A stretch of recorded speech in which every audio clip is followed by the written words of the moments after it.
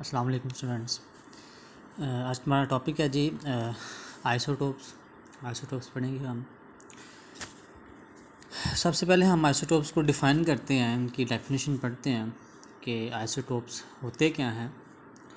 कहते हैं isotopes are defined, या आइसोटोप्स की जो तारीफ़ है वो कुछ यूँ है, एटम्स ऑफ एन एलिमेंट। ठीक है जी, किसी एलिमेंट के एटम्स और वो atoms that having same atomic number, जिनका ये जो एटॉमिक नंबर है सब का एक जैसा होता है, बट डिफरेंट मैस नंबर, लेकिन जो ये मैस नंबर है ये वाला ये मुख्तलिफ होता है, वो कहलाते हैं जी आइसोटोप्स। ठीक है जी। अब इसको अब ब्रीफली डिस्कस करते हैं कि अब देखिए, अगर हमारे पास ये मैंने कार्बन लिया, मैंने कह दिया जी कार्बन एक एलिमेंट है। ठीक है जी। और चूँकि हमने ये बात पढ़ी है कि जो एलिमेंट है वो एक तरह के एटम से ही मिलके बनता है।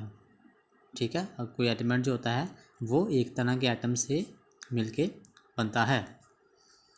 अब ये एलिमेंट है, अब ये देखिए मैंने C12 6 C13 6 C46 ये एटम्स हैं मेरे पास, और ये एटम इसी एलिमेंट के हैं, इस कार्बन एलिमेंट के। अब यहाँ पे जो 6 वैल्यू है ये रिप्रेजेंट करती है जी एटॉमिक नंबर को। ठीक है, और ये जो 12 है ये रिप्रेजेंट करता है मैस नंबर। चलिए अभी बता देता हूँ कि एटॉमिक नंबर चूँकि आप पहले डिस्कस हो चुका हुआ है। एटॉमिक नंबर क्या होता है जी? Number of protons. किसी एटम में जितने नंबर ऑफ प्रोटॉन्स होते हैं वो उसका एटॉमिक नंबर है। और मैस नंबर क्या होता है? Mass number is equal to number of proton plus number of neutrons. ठीक है जी, जब हम प्रोटॉन्स का नंबर और न्यूट्रॉन्स का नंबर सम कर लेते हैं तो वो हमारे पास वैल्यू आ जाती है जी मैस नंबर की। तो आइसोटोप्स की डेफिनेशन दोबारा से रिपीट करते हैं, दोबारा से पढ़ते हैं। कहता है आइसोटोप्स क्या होते हैं कि ऐसे एटम्स जो किसी एलिमेंट के होते हैं जिनका एटॉमिक नंबर एक जैसा है। देखिए ये 6 है, ये 6 है, ये तीनों का एटॉमिक नंबर 6 है ना, सेम है, लेकिन जो मैस नंबर है इसका 12 है, इसका 13 है, इसका 14 है। मैस नंबर क्या होता है? डिफरेंट, मुख्तलिफ। तो ये क्या कहलाते हैं? आइसोटोप्स कहलाते हैं। नेक्स्ट मूव करते हैं। नेक्स्ट पॉइंट हमारा जी कि इनकी जो इलेक्ट्रॉनिक कन्फिग्रेशन है, लास्ट टॉपिक में हमने इलेक्ट्रॉनिक कन्फिग्रेशन को डिस्कस किया। कहते हैं इनकी जो इलेक्ट्रॉनिक कन्फिग्रेशन है वो सबकी क्या होती है? एक जैसी होती है। रीज़न क्या है? Because all atoms have same atomic number. ठीक है, और ये बात हमें पता है कि ये जो इलेक्ट्रॉनिक कन्फिगरेशन है ये डिपेंड करती है एटॉमिक नंबर पे। इस पर डिपेंड करती है जी एटॉमिक नंबर पे। जो इलेक्ट्रॉनिक कन्फिगरेशन है वो एटॉमिक नंबर पे डिपेंड करती है। तो चूँकि सब का एटॉमिक नंबर सेम है, 3 एटम यहाँ पे मौजूद हैं, तीनों का 6 एटॉमिक नंबर है, तो सब की जो इलेक्ट्रॉनिक कन्फिगरेशन क्या होगी? एक जैसी होगी, सबकी सेम होगी। उसके बाद इसमें जो पॉइंट है कि जितने भी ये 3 एटम्स हैं अगर इनका एटॉमिक नंबर सेम है तो इनमें सब के अंदर जो प्रोटॉन्स हैं वो भी क्या होंगे? सेम होंगे। इट मीन्स कि सब के पास 6 ही प्रोटॉन हैं। लेकिन अब इन तीनों में डिफरेंस एक ये है कि इन सब का जो नंबर ऑफ़ न्यूट्रॉन्स है वो मुख्तलिफ है। इसके पास कुछ न्यूट्रॉन्स होंगे, इसके पास कुछ होंगे, इसके पास कुछ होंगे। द रीज़न इज़ दैट कि सबका एटॉमिक मास डिफरेंट है। वो आगे नेक्स्ट हम पढ़ते हैं अभी कि क्यों डिफरेंट है, नंबर ऑफ़ न्यूट्रॉन्स कैसे डिफरेंट हुए। उसके बाद नेक्स्ट पॉइंट है जी कि इनका जो केमिकल प्रॉपर्टीज़ हैं, ठीक है जी, वो इन तीनों आइटम्स की क्या हैं? सिमिलर, एक जैसी हैं। द रीज़न इज़ दैट कि जो केमिकल प्रॉपर्टीज़ हैं वो डिपेंड करती हैं इलेक्ट्रॉनिक कन्फिग्रेशन पे। जो इनकी कीमियाई खसूसियात होती हैं ना, केमिकल रिएक्शन करने की जो खसूसियात होती हैं, एबिलिटी होती हैं, वो डिपेंड करती है जी इलेक्ट्रॉनिक कन्फिग्रेशन पे। और अभी हमने देखा कि इलेक्ट्रॉनिक कन्फिग्रेशन किस पे डिपेंड करती है? वो डिपेंड करती है एटॉमिक नंबर पे। तो चूँकि अगर तीनों का एटॉमिक नंबर सेम है तो इनकी इलेक्ट्रॉनिक कन्फिग्रेशन भी सेम होगी, तो लिहाजा इनकी केमिकल प्रॉपर्टीज़ भी क्या होंगी? सेम होंगी। कीमियाई खसूसियात, केमिकल रिएक्शन करने की जो खसूसियात होती है। लेकिन इनकी जो फिज़िकल प्रॉपर्टीज़, इनकी जो तिब्बी खसूसियात है वो ज़रा क्या होगी? मुख्तलिफ होंगी। मुख्तलिफ क्यों होंगी? क्योंकि ये जो फिज़िकल प्रॉपर्टीज़ हैं वो डिपेंड करती हैं मैस नंबर पे। तो चूँकि इनका मैस नंबर सबका तीनों का डिफरेंट है, तो इनकी जो फ़िज़िकल प्रॉपर्टीज़ हैं, इनकी जो तिब्बी खसूसियात हैं, वो लिहाजा क्या होंगी, मुख्तलिफ होंगी। तो ये था जी आइसोटोप्स के बारे में जो 2-3-4 बातें थी हमने अभी डिस्कस की हैं। इनकी हमने डेफिनेशन पढ़ी, इनकी हमने इलेक्ट्रॉनिक कन्फिग्रेशन के बारे में पढ़ा कि वो एक जैसी होती है तो क्यों होती है, इलेक्ट्रॉनिक कन्फिग्रेशन किस पर डिपेंड करती है। एटॉमिक नंबर को देखा, मैस नंबर को देखा हमने। उसके बाद हमने ये देखा प्रोटॉन सेम है लेकिन न्यूट्रॉन डिफरेंट हैं, वो भी डिस्कस करते हैं क्यों डिफरेंट है। उसके बाद हमने ये पढ़ा कि जिनकी केमिकल प्रॉपर्टी सेम है वो किस पर डिपेंड करती हैं और क्यों सेम है। उसके बाद हमने फिजिकल प्रॉपर्टीज़ की बात की कि वो डिफरेंट क्यों हैं। अभी हम ज़रा एग्जाम्पल्स से के साथ इनको लेके चलते हैं। सबसे पहले हमारे पास है जी हाइड्रोजन एलिमेंट है, और जो हाइड्रोजन एलिमेंट है वो 3 तरह के हाइड्रोजन के एटम से मिल के बनता है, जिसमें हमारे पास सबसे पहले वाला है जी H11, that is name is protium, and इसका नाम है जी ड्यूट्रियम, और इसका नाम है ट्रीटियम। ठीक है जी।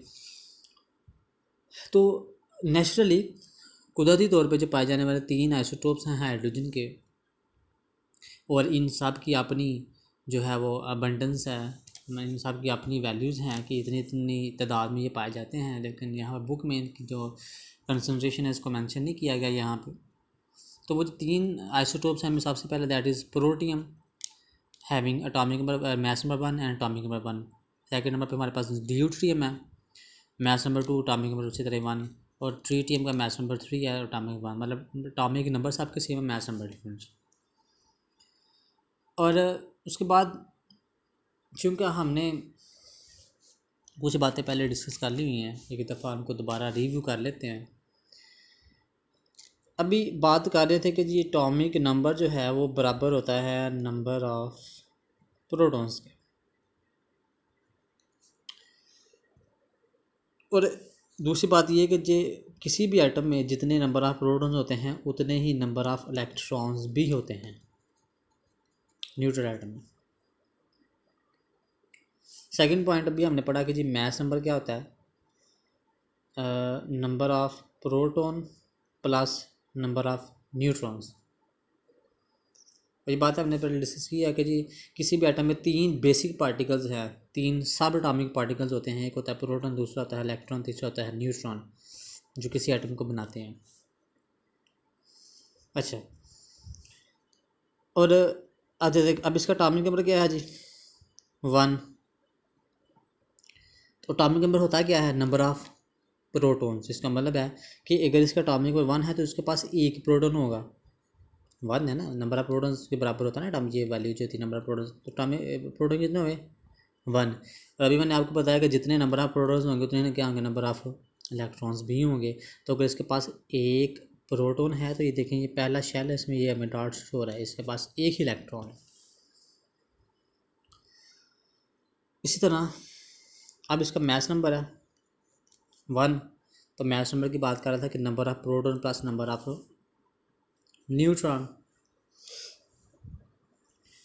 और अभी जो चैप्टर नंबर 1 के अंदर जहाँ पे भी एटॉमिक नंबर मैस नंबर को एक्सप्लेन किया गया है, वहाँ पे फार्मूला एक पढ़ा जाता है कि अगर आपने नंबर ऑफ़ न्यूट्रॉन्स फाइंड करने हैं, यानी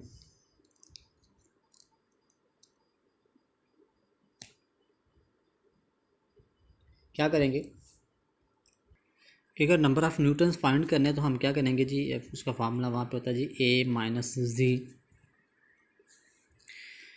ये जी है, ये होता है एटॉमिक नंबर, और ये जो ए है ये होता है मैस नंबर। तो यहाँ पे अगर बिलफर्ज यहाँ दोनों का 1-1 है, एटॉमिक मैस नंबर 1 है और एटॉमिक नंबर भी 1 है, तो 1 - 1 = 0। इसका मतलब है इसमें कोई न्यूट्रॉन नहीं है, तो न्यूट्रॉन क्या हुआ 0।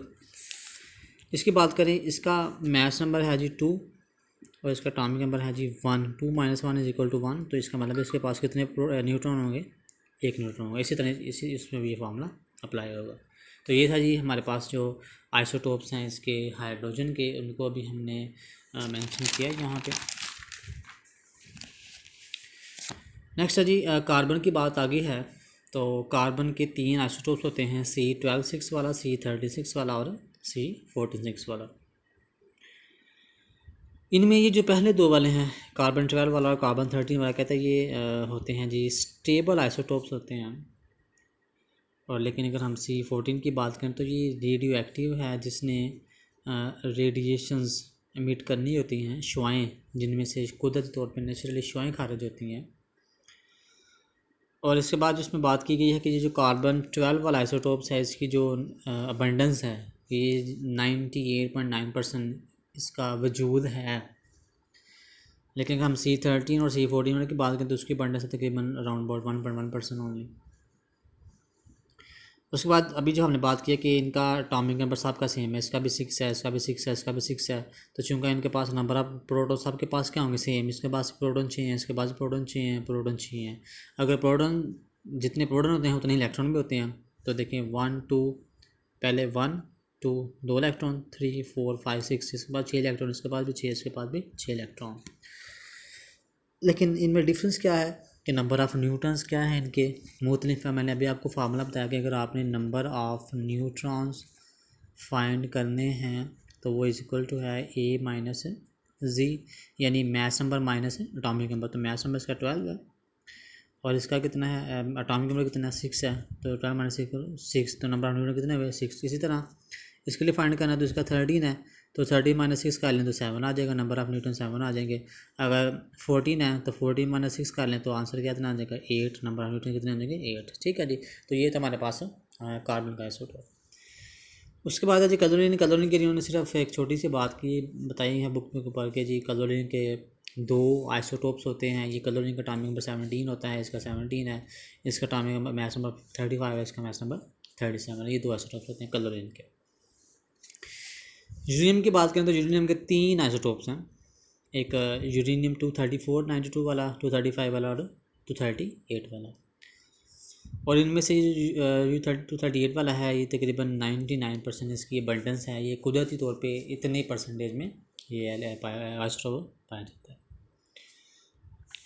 उसके बाद ये एक टेबल है नीचे, जिसमें अभी जो हमने आइसोटोप डिस्कस किए, पहले हमने जो है इसमें हाइड्रोजन के 3 आइसोटोप्स पढ़े, उसके बाद कार्बन के 3 आइसोटोप्स की बात की, उसके बाद क्लोरीन के 2 आइसोटोप पढ़े और उसके बाद यूरेनियम के 3 आइसोटोप्स पढ़े हैं।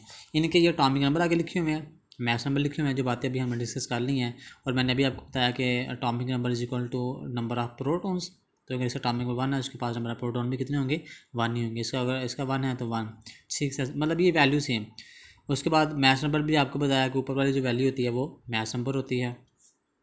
नंबर ऑफ़ न्यूटन्स भी आपको फाइंड करने का तरीका मैंने बता दिया। ठीक है जी। तो ये टेबल इसी के साथ टॉपिक में रिलेट होगा।